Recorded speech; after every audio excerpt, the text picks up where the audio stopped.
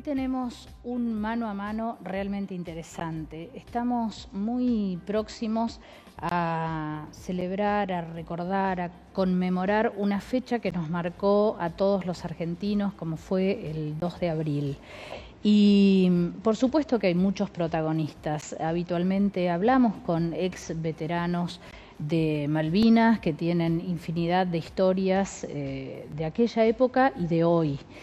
Y hoy vamos a tener otra historia realmente muy rica seguramente, porque vamos a charlar con quien en ese momento se conoció como la cara de Malvinas y gracias, no sé si gracias, ahora le vamos a preguntar, pero gracias a eso tuvo después infinidad de inconvenientes que vamos a ver si logró resolverlos. Eso se lo vamos a preguntar a Nicolás Casanseu.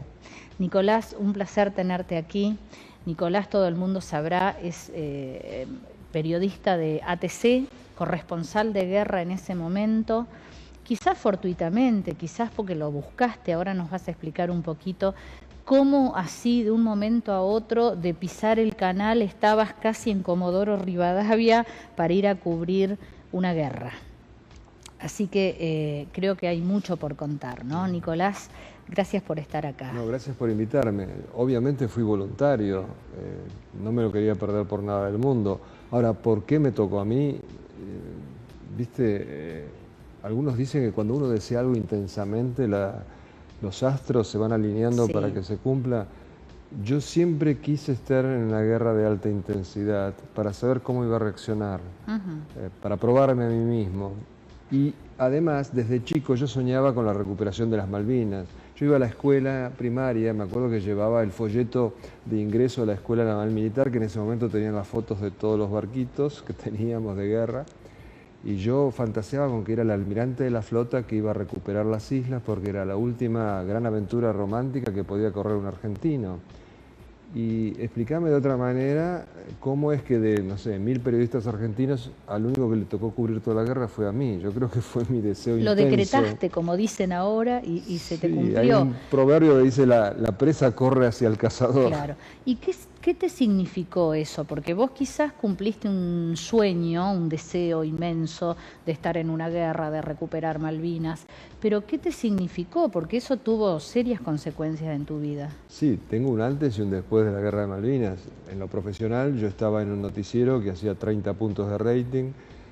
Durante Malvinas hizo 45 puntos de rating. Yo estaba jugando en primera y después de Malvinas profesionalmente me fui a los caños porque me quedé sin trabajo, perseguido, calumniado, en listas negras.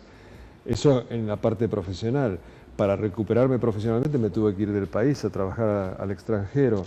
Desde el punto de vista personal, por supuesto, esto también repercutió en mi vida familiar y desde el punto de vista inclusive humano, también me enriqueció porque yo sentí la hermandad que sienten todos los combatientes. Yo, sin haber sido combatiente, al haber sido un civil, me hermané con los soldados, estuve codo a codo con ellos en circunstancias difíciles y eso hermana más que cualquier otra circunstancia. Cuando vos sabes que en cualquier momento te puede caer una bomba de 500 kilos en la cabeza y son tus últimos segundos, al hombre que tenés al lado, que ni sabes cómo se llama y que lo conociste hace 2 segundos, lo querés más que un hermano. Es tu hermano, y claro. esa hermandad sigue, hay un hilo invisible que nos une a todos y podemos estar décadas sin vernos y nos reencontramos y nos reconocemos como hermanos.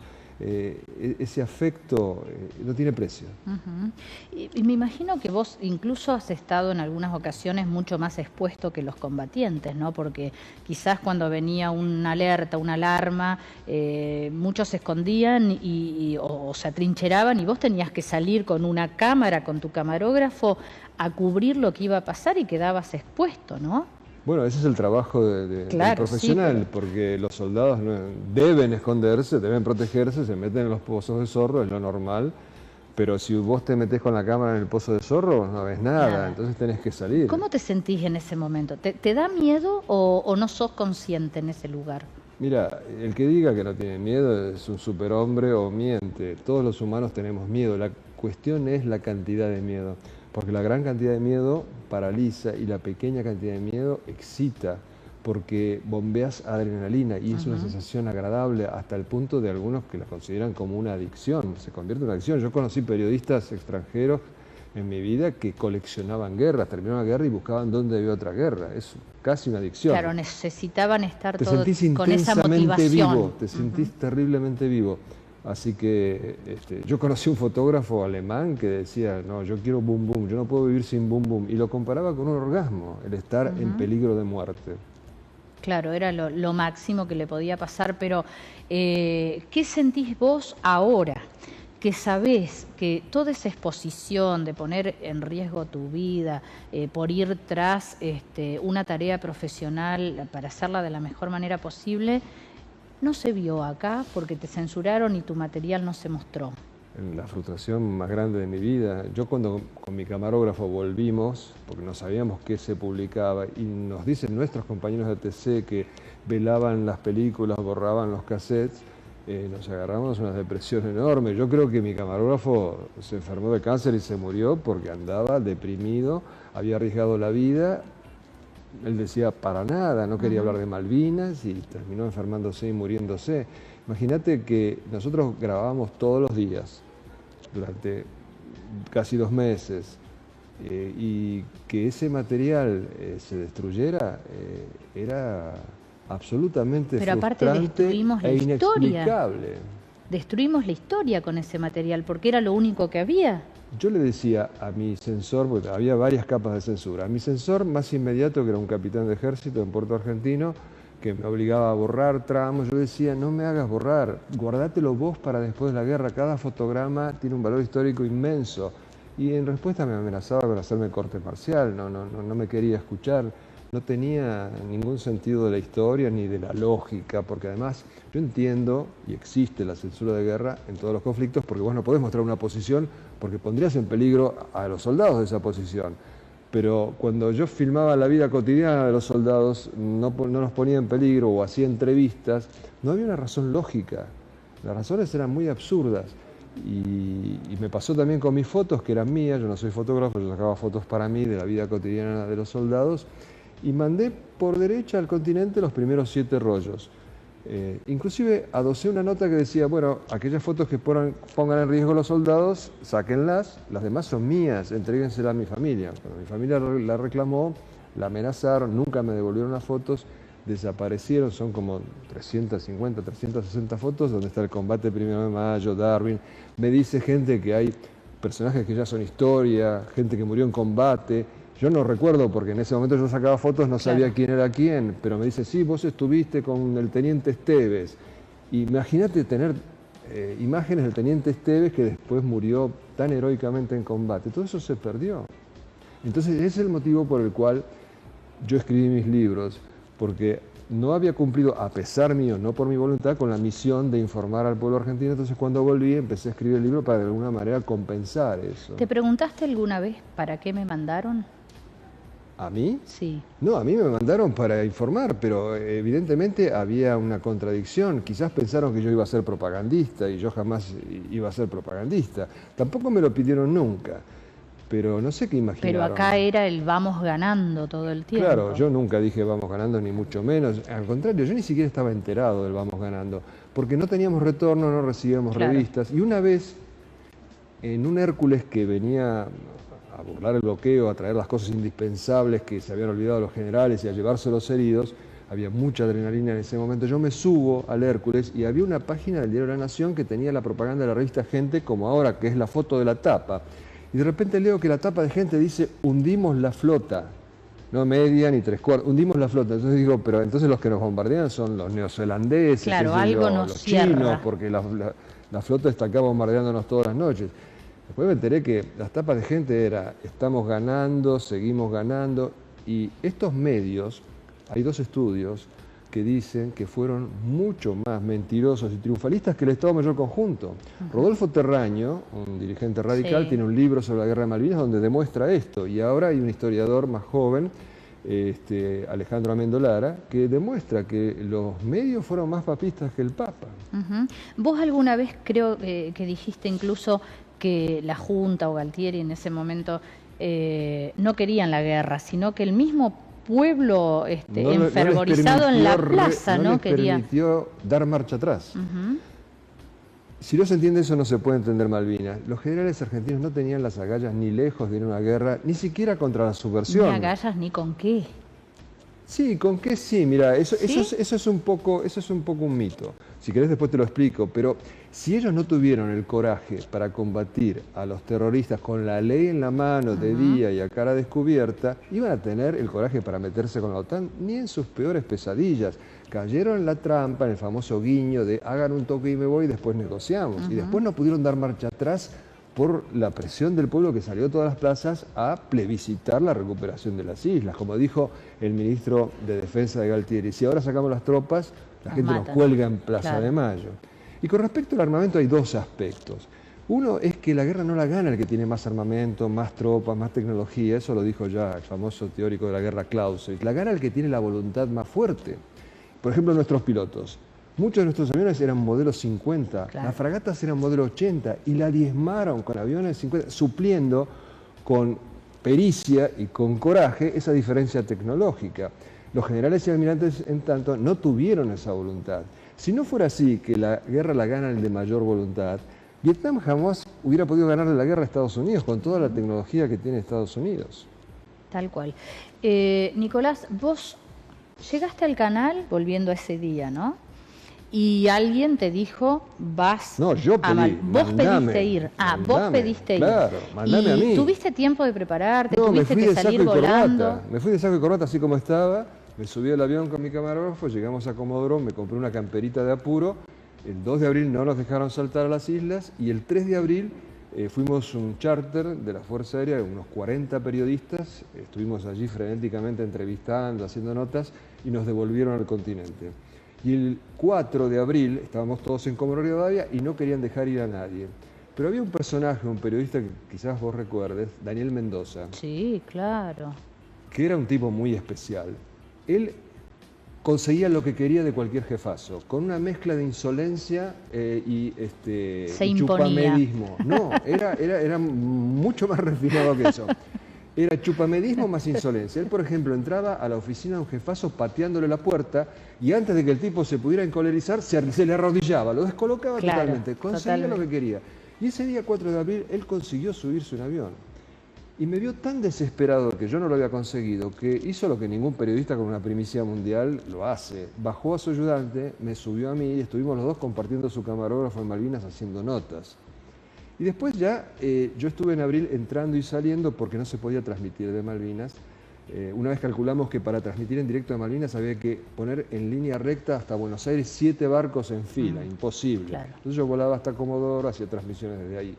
Hasta que el 23 ya me quedé, no quise volver a salir porque tenía miedo que se cerrara el bloqueo y ya no poder entrar y perdérmela. Y todo ese mes de abril entraban periodistas, pero hacían ese mismo toco y me voy, se volvían con el mismo avión. Yo he sido testigo, como por ejemplo el general Menéndez le ofreció al corresponsal de guerra oficial del diario La Nación, Corbellini Rosende, que se quedara. Y el tipo contestó, no, yo soy más necesario en Comodoro Rivadavia, y se fue. Entonces después, cuando cerró el bloqueo, ya no entró más nadie. Y ese fue el motivo porque yo me quedé ahí solo, con mi camarógrafo. Sí había un grupo de TELAM, de la agencia TELAM, pero como estos muchachos, no sé por qué, me asombra hasta el día de hoy, inventaban las noticias, mientras las inventaban de forma inocua y eran noticias triunfalistas, como que los Pucará habían atacado un portaaviones, cosa imposible, no pasó nada. Pero un día publicaron que había 15 muertos kelpers de un ataque inglés y que habían estado caminando entre los cadáveres. No había pasado nada de eso. Entonces Menéndez, que cuidaba más a los kelpers que a los soldados nuestros, los increpó. ¿Por qué mienten así? Y contestaron, estamos haciendo acción psicológica. Bueno, Menéndez le quitó entonces los equipos, se cerró la agencia TELAM y aunque ellos se quedaron en la hostería esa, según alardeaba uno de ellos tomando whisky del mejor, pero ya no cubrieron la guerra. Claro. Hasta 2 días antes del conflicto, de la finalización del conflicto, que le devolvieron los equipos. ¿Qué día pudiste volver? Yo estaba en Puerto Argentino el día 13 de junio, cuando mis contactos en inteligencia me dijeron que Menéndez había decidido rendirse y nos agarramos una depresión enorme con nuestro camarógrafo. Tratamos de abordar el buque Almirante Irizar, que había sido convertido en hospital, para no entregar los equipos, Claro. material, para no rendirnos, para no ver la rendición. Yo no quería ver a mis amigos soldados levantando las manos ante los ingleses, me parecía insoportable eso. Y Menéndez me negó, como siempre me negaba todo, me negó el permiso de subirme al Iris. Entonces nos resignamos a quedarnos allí. Y a último momento, ya oscurecido, llega un avión de la Fuerza Aérea trayendo un cañón de repuesto, ignorantes de la decisión de Menéndez. Claro. Y me avisa un suboficial Casani, y conferencio con mi camarógrafo y decidimos tratar de subirnos al avión con nuestros equipos.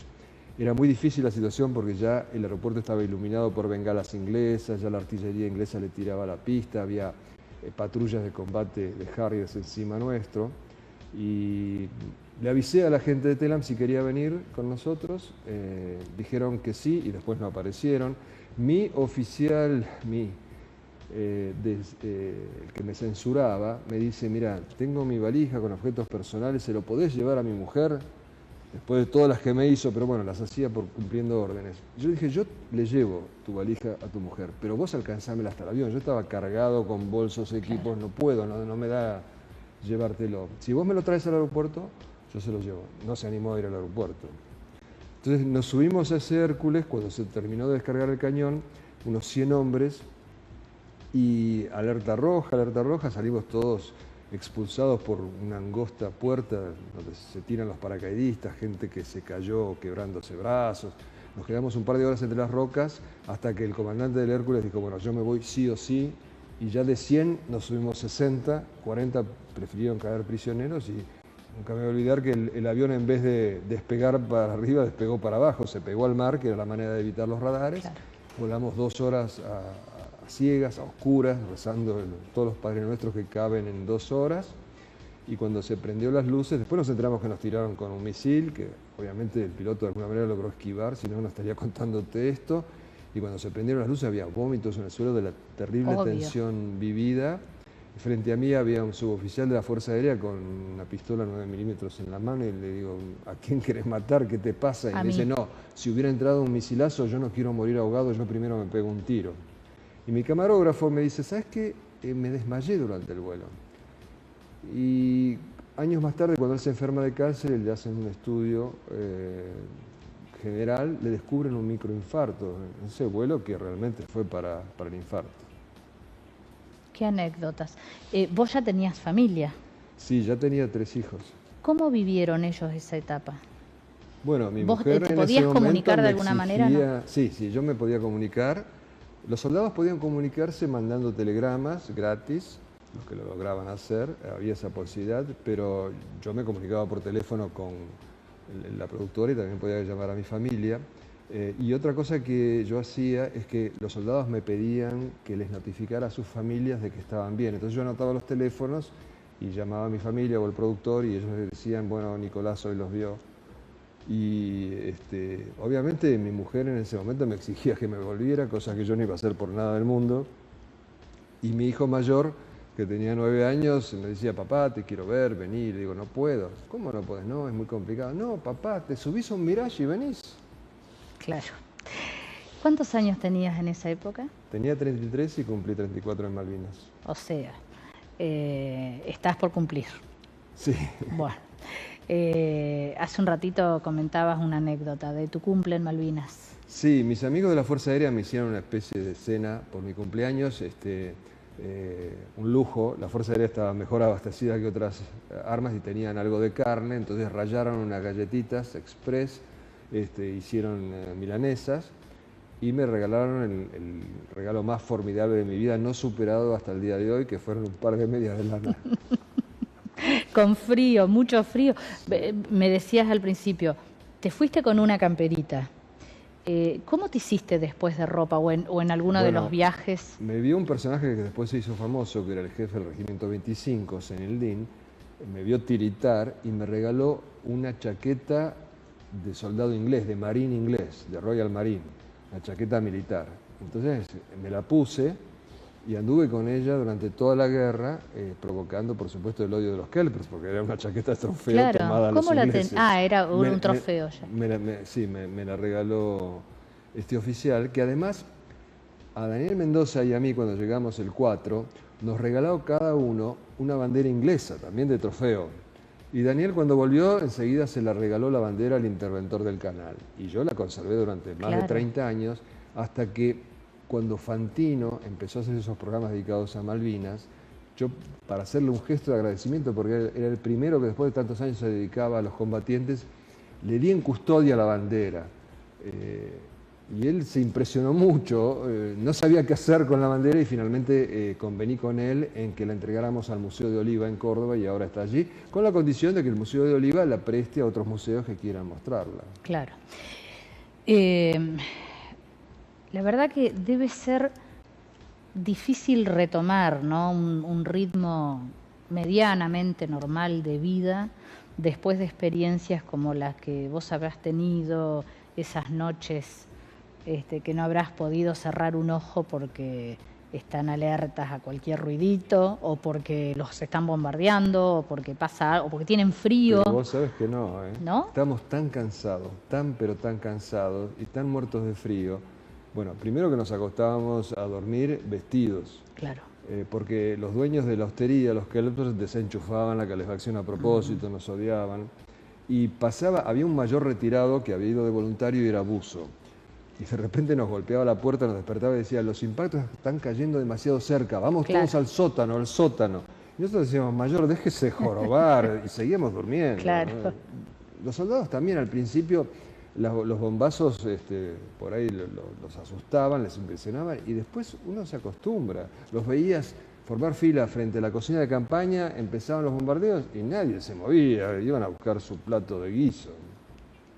¿Cómo se adapta, ¿no?, el ser humano a todas las situaciones extremas? Yo siempre pienso, se adapta a la cárcel. ¿Puede haber algo más horrible que la cárcel? Y también se adapta a la cárcel. Tremendo. Bueno, vamos a hacer una brevísima pausa, Nicolás, y después vamos a charlar de la otra parte, ¿no? Porque, bueno, de Malvinas debe haber millones de anécdotas para contar, pero todo lo que te ocurrió después, porque lo mismo que les pasa a los excombatientes, que no hemos sabido en 30 y pico de años todavía darles el lugar de héroes que les corresponde. Y a vos te pasó que te quedaste sin trabajo, fuiste censurado, te tuviste que ir del país.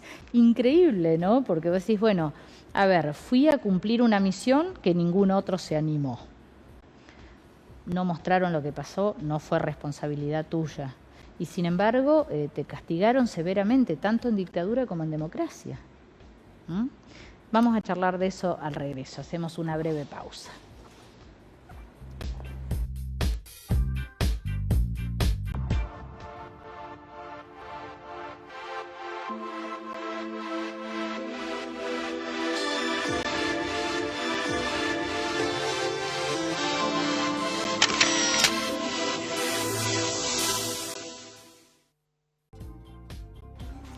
Muy bien, seguimos en este mano a mano de hoy, en este Bajo la Lupa, con Nicolás Casanseu.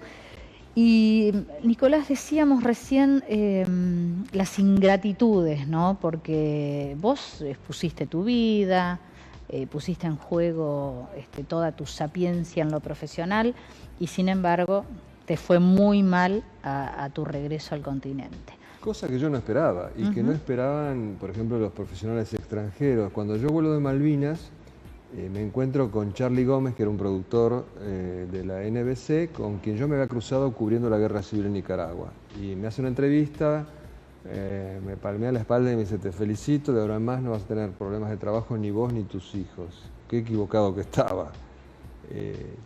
Lo que pasa es que nosotros muchas cosas las hacemos al revés de todo el mundo. Sí. Por ejemplo, la experiencia de combate, la que tienen nuestros veteranos, en otros países equivale a un máster. Claro. Cuando el general Schwarzkopf de Tormenta del Desierto, el ataque contra Irak de Estados Unidos, se jubila, lo nombran presidente de la Coca-Cola. Yo tengo un amigo malvinero comando cuyo hijo quería pelear. Y obviamente pensaba que el colegio militar, la Argentina, ¿cuándo va a entrar en guerra? Pero él quería pelear. Entonces se alista en la Legión Extranjera Francesa. Es un contrato de 5 años, se saca las ganas, pelea en Afganistán, pelea en Irak. Cuando termina, lo contrata la petrolera Total, con la única experiencia que tenía era experiencia en combate. en otros países es valorada por liderazgo, por resiliencia, por un montón de cosas que necesita una persona que pasó un combate. En nuestro país al contrario. Pero a mí lo que más me extraña, y me imagino que para vos debe ser inexplicable todavía, es que haya sido censurado en democracia. ¿Sabes lo que pasa? Muchas veces juega su papel la ideología, pero aún más que la ideología, a veces lo que condiciona la historia grande es la pequeña historia, la petite histoire que dicen los franceses. Por ejemplo, Alfonsín le tenía una terrible fobia a todo lo que tuviera que ver con Malvinas. Prohibió festejar el 2 de abril, de hecho.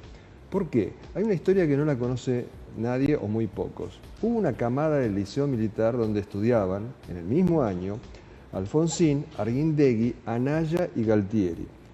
Alfonsín era, digamos, el gordito gilún, que siempre hay uno, a quien Galtieri molestaba y Arguindegui protegía. Y esa relación de amor-odio duró toda la vida, porque cuando empiezan a meter presos a los militares por delitos de lesa humanidad, meten presos a todos, menos a Arguindegui, que era el ministro del Interior de Videla, es decir, el responsable número 1 de la seguridad de las personas, es decir, el responsable 1 de la desaparición de las personas. ¿Por qué no lo meten preso? Porque era amigo de Alfonsín. En tanto que con Galtieri seguía la pica. No solo prohibió el 2 de abril, Galtieri, mal o bien, había entrado en la historia. Va a haber un pie de página donde va a decir Galtieri, en la época de Malvinas, era presidente. Y Alfonsín también quiso pasar a la historia, acordate, trasladando la capital de Buenos Aires a Viedma, claro. Carmen de Patagones. Yo me acuerdo muy bien que una vez un periodista le dice a Alfonsín, pero eso va a costar mucho dinero. ¿Sabes cuál fue la respuesta? Bueno, también salió mucho dinero la guerra de Malvinas. Estaba compitiendo con Galtieri. Claro. Qué increíble, ¿no? Bueno, y vos, ¿cuánto tiempo te llevó darte cuenta que acá no te iba a ir bien y te tuviste que ir a Estados Unidos? Yo aguanté todo lo que pude porque nunca quise irme del país. Estuve hasta el 90, no tenía trabajo, de repente conseguí un trabajo. Tuve también mala suerte porque me había contratado en el año 87 Héctor Ricardo García, a quien le habían dado el Canal 2, pero al poco tiempo se lo volvieron a quitar. Trabajé en el ámbito financiero, trabajé un poco en Cablevisión. En el 85, que no tenía nada, me fui a Estados Unidos, conseguí un trabajo en Estados Unidos, pero no me quería ir. Entonces les dije, miren, yo le hago la corresponsalía desde Argentina, y aceptaron. Bueno, recién en el 90, la tercera oferta, me fui a trabajar a la televisión hispanoparlante en Estados Unidos. Y en esos años donde no tenías nada, ¿cómo te sustentabas? ¿Tu mujer trabajaba? No, ninguna de mis exmujeres trabajaron. Esa experiencia espero conocerla algún día todavía, una mujer que trabaje conmigo. No, bueno, te digo, conseguía trabajo en Cablevisión, después lo perdía, conseguía trabajo en el ámbito financiero, en Canal 2, pero básicamente me mantuve gracias a la corresponsalía en el exterior. Hasta que ya el dólar, en una de estas variantes cíclicas que de repente el dólar no vale nada, ya no me alcanzaba, y bueno, llegó la tercera oferta, que fue gracioso porque vuelvo de trabajar y me dice, mi esposa de ese momento me dice, llamaron de la producción de un canal de Estados Unidos, están interesados en hablar con vos. Le digo, debe ser alguna cargada. Y me contesta, no, tienen acento cubano. Entonces sí. Y bueno, me tomaron una prueba en Buenos Aires, después me tomaron otra prueba en Miami y me contrataron. Bien. Vos sabés que era adolescente, casi... Niña. No, más bien ya tirando más adulta en esa época. Y yo me acuerdo perfectamente de tu cara en la tele, ¿no? Eras los ojitos celestes, una bufanda, un cuello alto. Un cuello yo soy muy alto, friolento, ¿no? Entonces iba con pullovers de cuello alto siempre. Un cuello alto. ¿Tuviste que ir al psicólogo alguna vez después de Malvinas? Fui algunas veces, no sé si por Malvinas, pero sí fui algunas veces. A mí me preguntan, por ejemplo, si tengo las pesadillas que tienen los veteranos. Y yo tengo pesadillas, pero tienen más que ver con la posguerra que con la guerra. Además, si vos les haces una encuesta a los veteranos, te van a decir que la posguerra fue mucho más dura peor, que la guerra. ¿no? Y mi pesadilla es que me quedo sin trabajo. Claro. Hasta el día de hoy, que no necesitaría un trabajo, porque quiero trabajar porque me gusta trabajar, pero podría pasármela sin trabajar, me despierto en medio de la noche con el terror de que me quedé sin trabajo. Lo que pasa es que lo habrás pasado realmente mal en esa época, ¿Sabes lo sobre que es todo quedarse teniendo sin trabajo hijos. con 4 hijos? Claro, sí, Terrible. es tremendo. ¿Qué es lo que a mucha gente le está pasando hoy también en otras circunstancias, ¿no? O sea, Claro, siempre es terrible pero esto sin trabajo por motivos que yo creo que no merecía, y Totalmente. encima calumniado, encima una lista negra, muchas cosas encima. Qué increíble. ¿Cómo crees que podemos hoy reivindicar a los ex veteranos? Porque todavía están peleando para demostrar lo que fueron y lo que son, ¿no? Somos un país muy extraño en este sentido. Muy difícil. ¿No? Yo digo, lo echamos a San Martín y lo reivindicamos 50 años después de haberlo echado. Bueno, ¿qué pueden esperar todos los demás, no es cierto? Somos un país muy complicado. Yo medio en broma, medio en serio, le digo a los veteranos, muchachos, hagan dieta y ejercicio y lleguen a cumplir 50 años de la Guerra de Malvinas y ahí los van a reivindicar. Pero me olvido que además hay que morirse primero. Claro, pero en el camino además ha quedado mucha gente que lo ha pasado realmente mal, porque no ha habido no solo un reconocimiento económico, no ha habido un acompañamiento, no hay contención para esa gente. Muchos han quedado boyando, ¿no? Y más importante aún, un reconocimiento histórico, porque ahora, mal que bien, en muchas provincias los veteranos tienen solucionados sus problemas económicos y en algunos casos también los médicos, aunque esto debería equipararse. Hay jurisdicciones que no son así. Pero no solo de pan vive el hombre. ¿Dónde está el desfile con el que ellos soñaban que iban a tener cuando volvieran al continente? No, olvídate. Se lo deben. Donde lo lograron es por el propio trabajo de los excombatientes. Pero el desfile multitudinario no está hasta el día de hoy. Mira, yo había estado en Nueva York buscando trabajo 10 años después de la guerra de Vietnam. Estaba alojado en el departamento de mi primo y se hacía el desfile a los veteranos de Vietnam. Una guerra impopular, perdida en una ciudad pacifista, antibelicista, pero los neoyorquinos hacían la diferencia entre quienes mandaron al frente a esos hombres y a estos hombres que fueron a pelear por su país. Desfilaban los veteranos de Vietnam y se caían los balcones de los aplausos. Yo dije, bueno, van a pasar 10 años de la Guerra de Malvinas y también van a tener el desfile nuestros veteranos. Han pasado 35 y no hay señales de que se vaya a hacer. ¿Por qué nos pasa esto como pueblo? Vos que has andado por el mundo. Hay muchos motivos. Uno es que somos obscenamente exitistas. Si perdimos, yo no tuve nada que ver, yo siempre estuve en contra. Claro. Le ha pasado a Bilardo, vos no sé si te acordás, que antes de ir al Mundial del 86 era vituperado por todo el mundo, ganó el Mundial y lo recibió una multitud en Ezeiza con un cartel enorme que decía, perdón, Bilardo. Bueno, eso es a diario, Nicolás, porque ayer se jugó muy mal, perdimos con Bolivia, entonces todos los comentarios eran nefastos. Si hubiéramos ganado ayer, hoy la historia era otra y el equipo sigue siendo un desastre. O sea, somos cambiantes permanentemente, no somos hasta incoherentes, me parece, a veces, ¿no? Sumale eso, la propaganda de ideas, fuerzas falaces sobre la guerra de Malvinas por motivos ideológicos, por motivos políticos, por motivos económicos. Sumale a eso esta característica tan terrible del ser humano que es la envidia. Porque los que no fueron a Malvinas, inclusive dentro de los militares profesionales, envidian a los que fueron a Malvinas. Los que fueron a Malvinas y arrugaron, envidian a los que fueron a Malvinas y no arrugaron. Y los que fueron a Malvinas y no arrugaron, pero no se hicieron conocidos, envidian a los que fueron a Malvinas, no arrugaron y se hicieron más conocidos. Ha pasado con los soldados conscriptos, eso se sabe muy bien, pero también con los cuadros, con los suboficiales y oficiales, que han sido objetos de la discriminación de sus camaradas en las armas. Había en ejército una orden, hay que disciplinar a los malvineros, no aprovecharon sus experiencias. Todos los estados mayores conjuntos del mundo aprovecharon las enseñanzas de la Guerra de Malvinas que cambió las tácticas. Y menos nosotros. Pero aunque no cambien nuestras tácticas, porque quizás no tenemos otra hipótesis de guerra o de conflicto por delante, vos decís, bueno, pero el respeto al veterano, al ser humano, eso tampoco lo tuvimos. Una vez más, nosotros copiamos de Estados Unidos lo malo, nunca lo bueno. Yo te cuento lo que pasa con un héroe en Estados Unidos, el que recibe la máxima condecoración. Primero lo sacan del frente, ese hombre no debe morir, ese hombre debe ser un ejemplo para los demás. Si tiene 18 años, no importa, se puede jubilar. Si no se quiere jubilar, sigue en el ejército, pero sin arriesgar la vida. Mecánicamente le dan $1000 extra por mes de por vida. Sus hijos pueden entrar a colegios de élite militares sin examen de ingreso y sin esperar en la cola. tiene proveedurías gratis, pasaje de avión gratis. Si se cruza con un general o con el presidente, es el general o el presidente el que le tiene que hacer la venia al soldado. Claro. En nuestro país, no solo eso, hay un piloto, Tom Lucero, de la Fuerza Aérea, que atacando la flota es derribado, cae al mar y le pasa encima una fragata. Bueno, este hombre, retirado, con un miserable sueldo de capitán retirado, ¿qué tiene que hacer? Fumigar, y se estrella contra un árbol. Así tratamos a los héroes nosotros. Es doloroso, muy doloroso que nos ocurra esto. Y por eso quizás tenemos estos vaivenes también, ¿no? Como país. Parece que no vamos en círculo, no logramos avanzar, vamos y tropezamos siempre con la misma piedra, ¿no?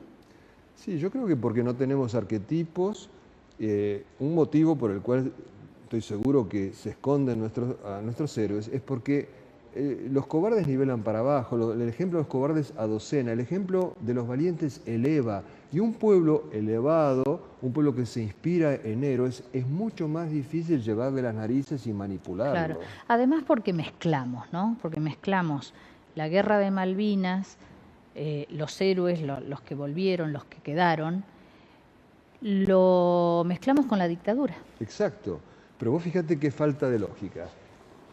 Es como si, por ejemplo, en una escuela, un profesor de matemáticas abusa de un alumno. ¿Qué hay que hacer? Reventarlo al profesor de matemáticas, pero no cancelar la materia de matemáticas. Claro. Nosotros, porque existieron Videla y Macera, cancelamos las Fuerzas Armadas. Las Fuerzas Armadas y gente que estaba circunstancialmente cumpliendo un servicio militar. Otros que voluntariamente se ofrecieron y fueron. Por patriotismo, por amor, como te pasó a vos, querías recuperar Malvinas como fuera, ¿no? Y después pagarles así, la verdad que es muy insólito lo que nos pasa, ¿no? Bueno, ¿y cómo estás hoy, Nicolás? Mira, estoy bien, estoy feliz de estar de nuevo en mi país. Te pudiste volver, que eso no es poca cosa. Sí, me costó un tercer divorcio, pero volví. Bueno. Estoy bien. Son decisiones que uno toma. No, el motivo no fue mi vuelta. Vos Claro. sabés que si alguien quiere a alguien se va hasta la China. Sí, tal cual. Estoy bien porque me siento útil, me siento requerido, los veteranos me invitan a dar charlas, municipios me invitan a dar charlas sobre Malvinas, centros universitarios, me siento útil, me siento que puedo aportar a la lucha de los veteranos, a la lucha por la verdad histórica. En ese sentido me siento muy bien. Sí me gustaría volver a trabajar. Bueno, no se ha dado hasta ahora, esperemos que algún día se dé. Bueno, te podés quedar en este canal. Te vas a sentir cómodo. Bueno. Nicolás, yo voy y vengo, ¿viste? Porque por ahí me acuerdo de cosas, ¿no? Pero, ¿quién se puede olvidar de esa maratónica, no sé ni cómo llamarlo, pero bueno, puesta en escena, digamos, donde tanta gente donó sus cosas, sus joyas, dinero, se juntó tanto para los combatientes. Vos estando en Malvinas, ¿alguna vez viste que le llegara a un soldado algo de todo lo que acá se juntó? Yo no vi nada y no creo que haya llegado a nada, ni mucho ni nada, pero además por una cuestión lógica. Había un bloqueo inglés alrededor de las islas. Entonces todas las cosas que se recolectaban iban a parar al Comodoro Rivadavia. Y además, como nuestros generales y almirantes nunca en realidad quisieron ir a la guerra, solamente hicieron planificado el 2 de abril, todo lo demás fue improvisado, ellos no llevaron ni armamento, ni provisiones, nada de lo que se necesita en una guerra. Porque si vos querés ir a una guerra, realmente, el 2 de abril recuperás Malvinas y el 3, 4, 5 empezás a mandar barcos con todo lo que hace falta. No hicieron nada de eso. Entonces, los vuelos que rompían el bloqueo heroicamente, los aviones Hércules, iban cargados con lo que los generales se olvidaron, los medicamentos, los cañones, los proyectiles. No podían llevar las cosas, las bufandas y las empanadas y todo lo que había preparado el pueblo argentino y que se quedó en Comodoro Rivadavia. Lo único que sí traían y jugó un papel importantísimo fueron las cartas, esas cartas que le escribían las maestras, los alumnos, claro, que apoyó eran muchísimo la moral de los soldados. Claro, tal cual. Qué distinto es leer un libro, leer una revista de la época y charlar con alguien que lo pasó. ¿Tuvieron hambre? ¿Mucho frío? Sí, por supuesto. La guerra es sinónimo de hambre siempre. Y más cuando hay improvisación. Por supuesto, y más cuando hay desidia, porque nuestros generales tuvieron desidia para con nuestros combatientes. ¿Por qué te lo digo? En las islas había 300.000 ovejas, pero como no se quería ofender a los ingleses, a los kelpers, prohibían a los soldados carnear esas ovejas, los castigaban si carneaban una oveja. Había tiendas de los kelpers donde prohibían a los soldados hacer compras para no desabastecer a los kelpers. Entonces, si bien la guerra es siempre sinónimo de hambre, porque es imposible tener 3 comidas cuando te están cañoneando, Sí, no. hubo más hambre de la que se podía haber evitado.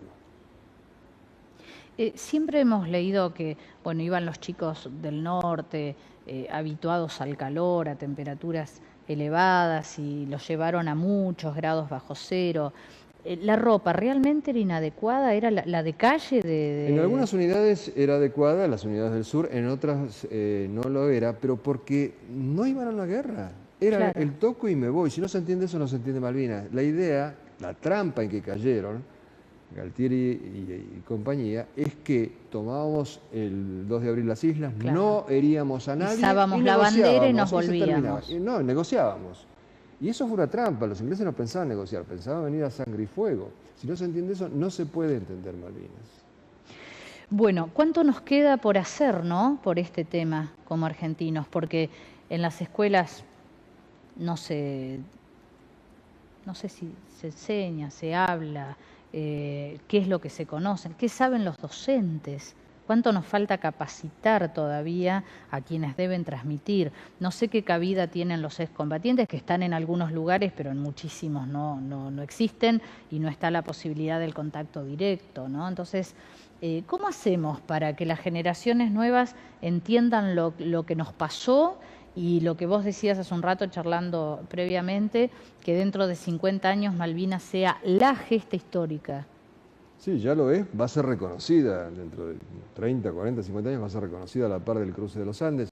Lo que se debe hacer, lo tiene que hacer el Estado. Los centros de combatientes aportan mucho, pero es insuficiente. Es obligación del Estado contar la verdad completa de Malvinas, dejar de ocultarla. Es obligación del Estado, de los medios. Hay que dejar de propagar esas ideas, fuerzas falaces que ofenden a los combatientes y ofenden la inteligencia, como que, por ejemplo, mandamos chicos a la guerra, los chicos de la guerra. Tenían 18 y 19 años, que es la edad de todos, nos guste o no, la edad de todos los combatientes de todas las guerras de la historia de la humanidad. Y la infantería, la palabra infantería, ¿de dónde viene? De infante. Entonces, basta con esto de los chicos que además lucharon como hombres. Nadie sabe, porque esto se oculta, que al jefe de los paracaidistas ingleses, el máximo militar inglés caído en la guerra de Malvinas, lo abate un, entre comillas, chico de 18 años, Oscar Ledesma, de la Carlota, Córdoba.